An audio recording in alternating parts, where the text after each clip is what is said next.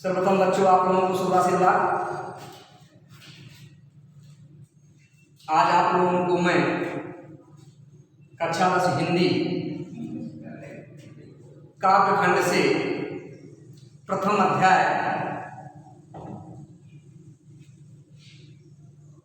सूरदास के पद को पढ़ाना चाहता हूँ। सर्वप्रथम सूरदास के विषय में कुछ जान लीजिए। कवि सूरदास जी हिंदी साहित्य के कृष्ण भक्ति काल के कृष्ण भक्ति शाखा के प्रतिनिधि कवि हैं, जिनका जन्म 1478 ईस्वी में हुआ था। इनके पिता का नाम पंडित रामदास था। ये सारस्वत ब्राह्मण परिवार में पैदा हुए थे। इनके जन्म के विषय में कुछ मतभेद है। कुछ लोग इनका जन्म स्थान सीधी मानते हैं और ये भी बताते हैं कि सूरदास जन्मांध थे या जन्मांध नहीं थे, इस पर भी विवाद है। कुछ लोग कहते हैं कि बाल मनोवृत्ति एवं मानव स्वभाव का जैसा सूक्ष्म सुंदर वर्णन सूरदास ने किया है, वैसा कोई जन्मांध व्यक्ति नहीं कर सकता। जिस तरह से इन्होंने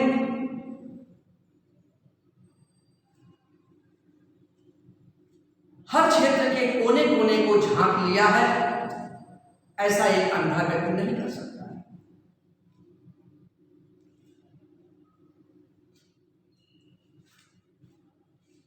इसलिए ऐसा प्रतीत होता है ये जन्मांध नहीं थे, बाद में ये दृष्टिहीन हो गए। इनके गुरु स्वामी वल्लभाचार्य थे।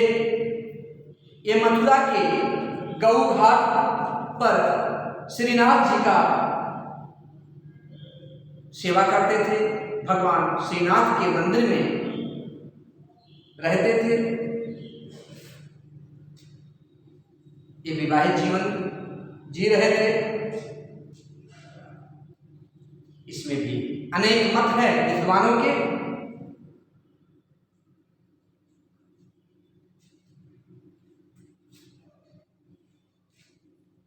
कुछ लोग कहते हैं कि परिवार के साथ रहते रहते विरक्त हो गए।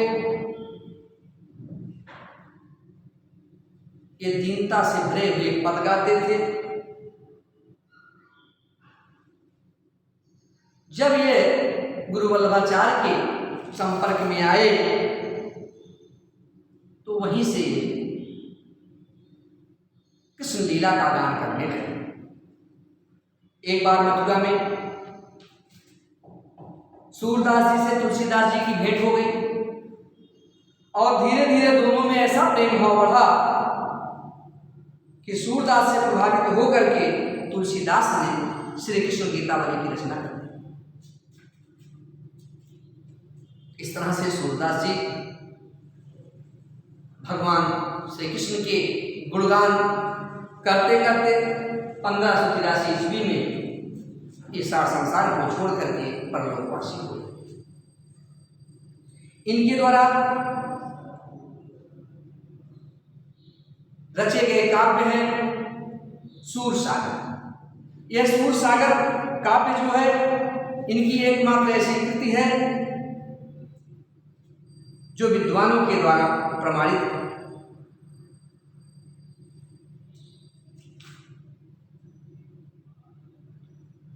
विद्वानों ने सूरदास की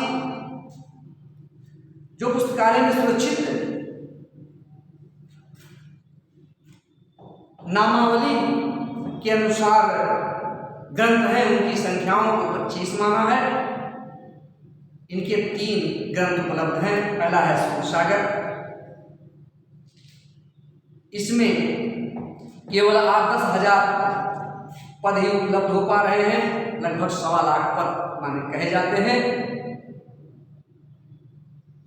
सूरसागर पर श्रीमद् भागवत का प्रभाव दिखाई देता है। सूरसागर एक गीत काव्य है और यह इसके पदों को सूरदास जी बड़ी तन्मयता के साथ बड़े भाव से गाया। दूसरी पुस्तक है सूरसारावली, यह भी विवादास्पद स्थिति में है। कथा वस्तु, भाव, भाषा, शैली, रचना की दृष्टि से यह सूरदास की प्रमाणित रचना मानी जाती है। इसमें 1107 पद संग्रहित हैं। साहित्य लहरी तीसरी पुस्तक है साहित्य लहरी। सूरदास के 118 दृष्टपूत पदों का इसमें संग्रह हुआ है। साहित्य लहरी किसी एक विषय की विवेचना नहीं करता है। इसमें मुख्य रूप से नायिकाओं एवं अलंकारों की खूब विवेचना की गई है। इस तरह से सूरदास जी के 3 रचनाएं सूरसागर, सूरसारावली और साहित्य लहरी प्राप्त होते हैं। तो आइए सूरसागर के कुछ पद जो आपके कोर्स में संग्रहित हैं उसे हम पढ़ाते हैं। किताब सामने खोल कर रख लीजिए, पद को पढ़िए और अर्थ को समझिए, व्याख्या को समझिए। पहला पद है चरण कमल बंदम हरिराई, जाकी कृपा पंगु गिरिलंघे, अंधे को सब कुछ दर्शाई, बहिरो सुने गूंग पुनि बोले, रंग चले सिर छत्र धराई, सूरदास प्रभु करुणामय, बार बार बंदम तिह पाई। भारतीय परंपरा में कवियों ने अपनी कोई भी कार्य को शुरू करने से पहले अपने इष्ट देव की वंदना करते हैं। उसी परंपरा का पालन करते हुए सूरदास जी ने सर्वप्रथम अपने इष्ट देव भगवान श्री कृष्ण की वंदना किया है। श्री कृष्ण कहते हैं चरण कमल बंदो, चरण रूपी कमल की वंदना करता हूं। हरिराय, हरि माने श्री कृष्ण। हे प्रभु श्री कृष्ण, मैं आपके चरण कमलों की वंदना करता हूं। चरण कमल बंदो हरिराय में रूपक अलंकार है। कौन सा अलंकार है? रूपक अलंकार। चरण कमल बंदो हरिराय, सूरदास जी कहते हैं प्रभु मैं आपके कमल और चरणों की वंदना करता हूँ, कमल के समान सुंदर चरणों की वंदना करता हूँ, क्योंकि इन चरणों की महिमा अपार है। कौन सी महिमा अपार है? अगली पंक्ति में जाकी कृपा पंगु गिरिलंघे, हे प्रभु आपके इन चरणों की इतना कृपा हुई है कि इन चरणों की कृपा से लंगड़ा व्यक्ति भी पर्वत को लाग जाता है, पर्वत को पार कर जाता है। अंधे को सब कुछ दर्शाई, अंधा व्यक्ति जिसे आंख से दिखाई नहीं देता है वो सब कुछ देखने लग जाता है। बहिरो सुने, बहरा व्यक्ति जिसे कान से सुनाई नहीं देता वो सुनने लगता है। गूंग पुनि बोले, गूंगा व्यक्ति जो स्पष्ट बोल नहीं सकता बोलने लगता है। रंग चले से छत्र भराई, और हे प्रभु आपकी कृपा से एक भिखारी, रंग भिखारी व्यक्ति भी राजा की तरह अपने सिर पर ताज बांध करके चलता है। सूरदास स्वामी करुणा, सूरदास जी कहते हैं हे करुणा के सागर प्रभु श्री कृष्ण,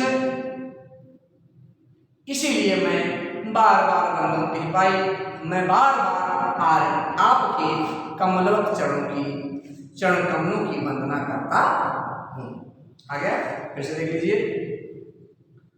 सूरदास जी कहते हैं कि हे प्रभु मैं आपके चरण कमलों की वंदना करता हूँ, ऐसे चरण कमलों की वंदना करता हूँ जिसकी कृपा से लंगड़ा व्यक्ति पर्वत को लाग जाता है, अंधा व्यक्ति सब कुछ देखने लग जाता है, बहरा सुनने लगता है, गूंगा व्यक्ति बोलने लगता है, और एक भिखारी अपने सिर पर राजा की तरह ताज बांधकर चलता है।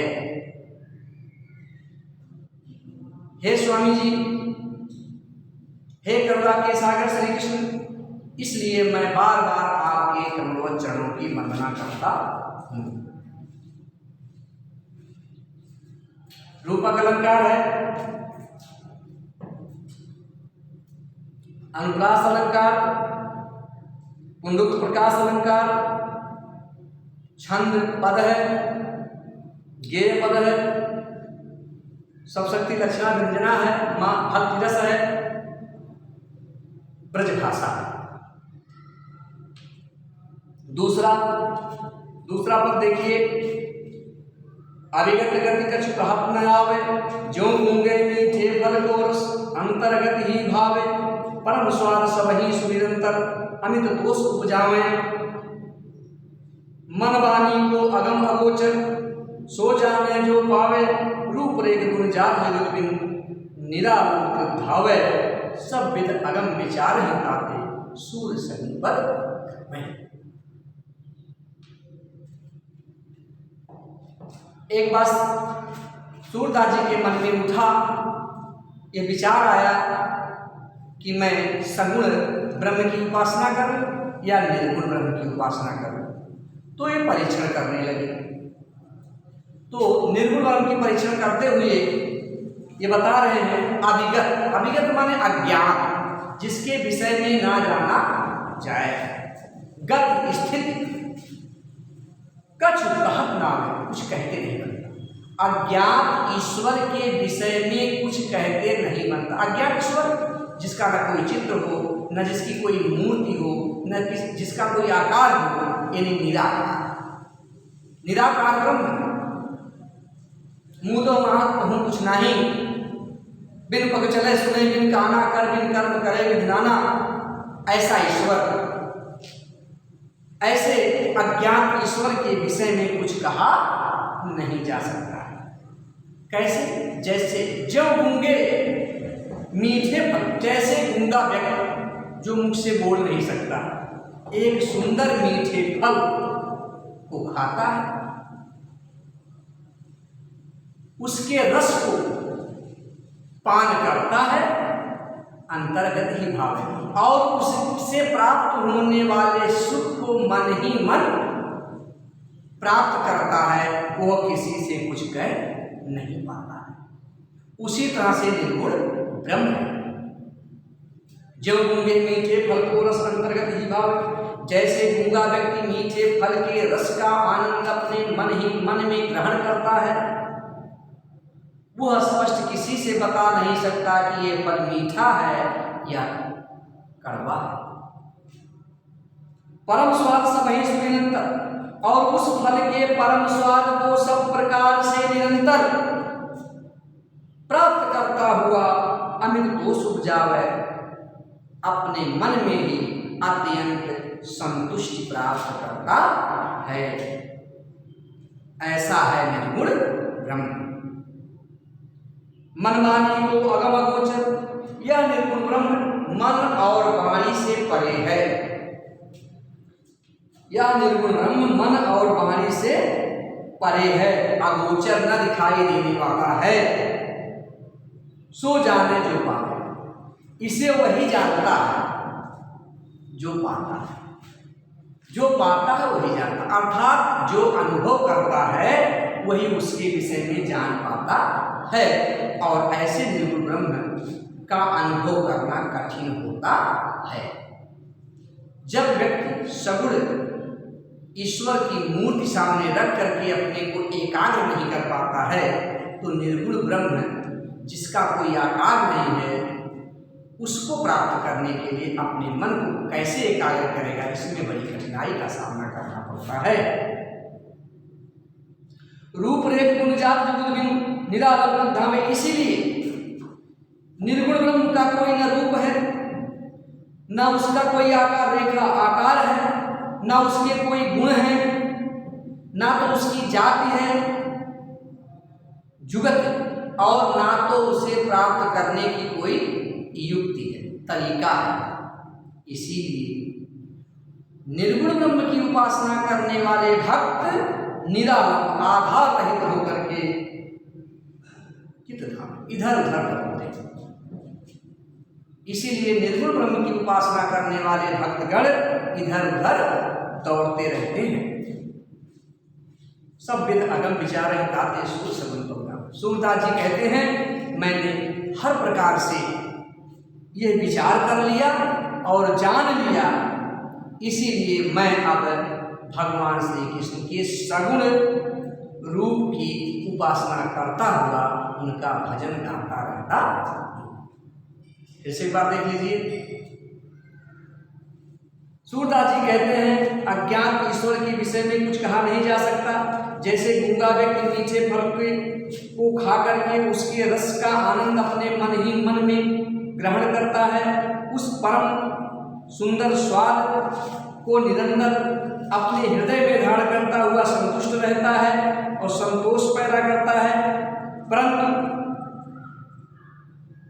वह ईश्वर मन वाणी से अगम है, मन और वाणी से परे है। उसे वही जानता है जो पाने की इच्छा करता है और जानने वाला ही पाता है, क्योंकि उस ईश्वर का न कोई रूप है, न रेखा है, न गुण है, न जाति है, न प्राप्त करने का कोई उपाय है। इसीलिए निर्गुण ब्रह्म की उपासना करने वाले साधक इधर उधर दौड़ते रह जाते हैं। सूरदास जी कहते हैं मैंने सब प्रकार से यह विचार करके देख लिया है, इसीलिए मैं ईश्वर के सगुण पद का गान करता। धन्यवाद।